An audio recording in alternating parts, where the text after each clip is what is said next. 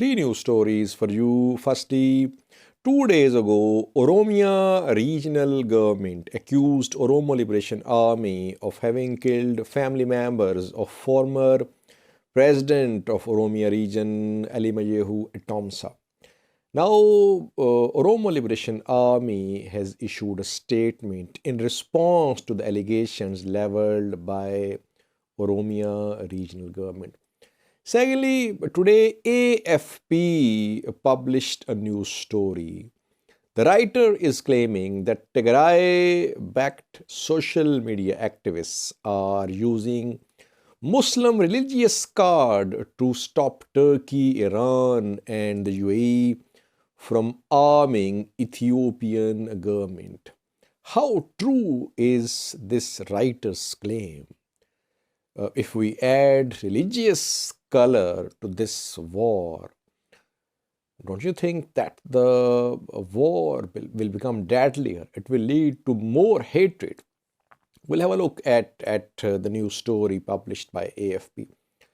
Thirdly, Somalia, viewers, where tensions are there, we have a statement from Somali head of army, General Adwa Yusuf. Let's have a look at Somalia first, viewers. Political stalemate is there. Farmajo, President of Somalia, and PM Roble are sticking to their positions. Today, some protests were held in Mogadishu. The protesters supported PM Roble's position. Then Somali Internal Security Minister talked to these protesters, and protesters, they dispersed. It seems that the protests were launched by PM Roble's supporters. Secondly, an important statement was issued by General Adwa Yusuf, who is head of Somali military. In his video message, in his speech, General Yusuf is telling Somali military not to be part of politics. It's a very important statement, viewers, because who is Somali military going to report to now? Roble says that all forces must report to him. Somali military says it will be neutral. It will not be part of the politics.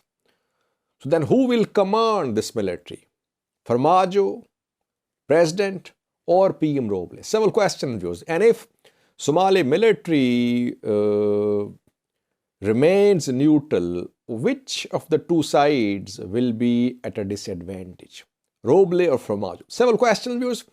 But at least a good statement from Somali military that it does not want to be part of this conflict. There were fears that Somali military, Somali police could be split, as we have seen in some previous confrontations between Somali political elite. But this time, Somali military is saying it will not be part of the conflict. Let's see. We'll have to wait to see. So far, stalemate is still there, viewers.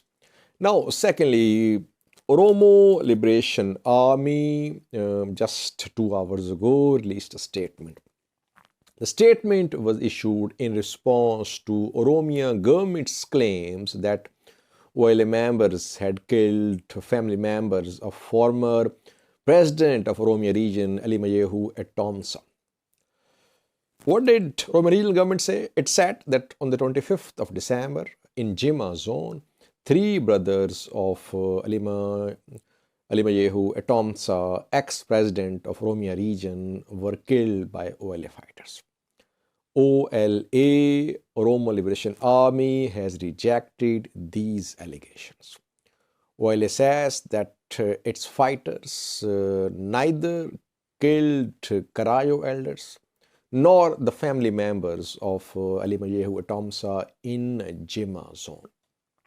Now, who will determine the perpetrators? Who killed the family members of Alimayehu Etomsa?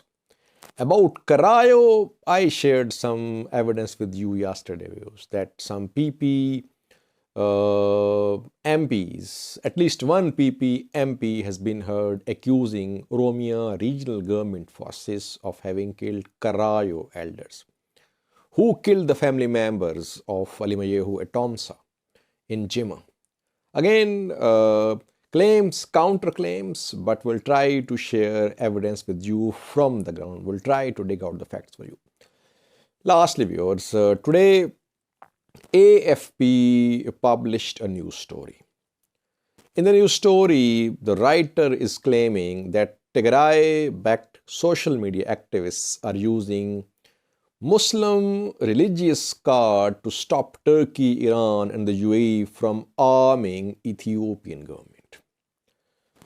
The story says that Muslims were forced to migrate to Ethiopia, to Tigray, in 6th century AD, when Prophet Muhammad, peace be upon him, was under pressure because people of Makkah city, they were against his message. So Prophet Muhammad, peace be upon him, told his followers, some of his relatives, to migrate to this country, Ethiopia, Tigray region. And here Najashi, back then ruler of this region, welcomed the relatives, the family members of Prophet Muhammad. And Muslims succeeded in taking refuge in Ethiopia back then. Then Muslims built a mosque there, Al-Najashi Mosque, which was damaged in the course of fighting in Tigray. AFP's story says that now Tigray-backed activists are sending a message to Muslims in Arab world that Tigrayans helped you when you were in trouble, when your Prophet Muhammad, peace be upon him, was in trouble. Now it's your turn to help Tigrayans. Instead, your countries are arming Ethiopian government against Tigrayans. So that is what the story says. The story says that Tigray-backed activists are using this religious card to stop Turkey, Iran and the UAE from arming Ethiopian government. Well, firstly, if you start such a campaign, it will lead to a counter campaign to label TDF as anti-Muslim. That is why such campaigns should not be launched. I don't think that Tigray-backed social media activists have launched a large-scale campaign. I have not seen that. If some activists are doing something on their own, it should not be portrayed as a campaign backed by Tigray. Secondly, Turkey, Iran and UAE do not arm countries who are Muslims. They sell their weapons. Whoever is a buyer, they'll sell their weapons to them. Turkey armed some groups in Libya. Those groups on both sides were Muslims. GNA, LNA, both were Muslims. And Turkey was arming one group. So I don't think that Turkey, Iran and UAE, they take into consideration the religion of the country to which they are exporting weapons.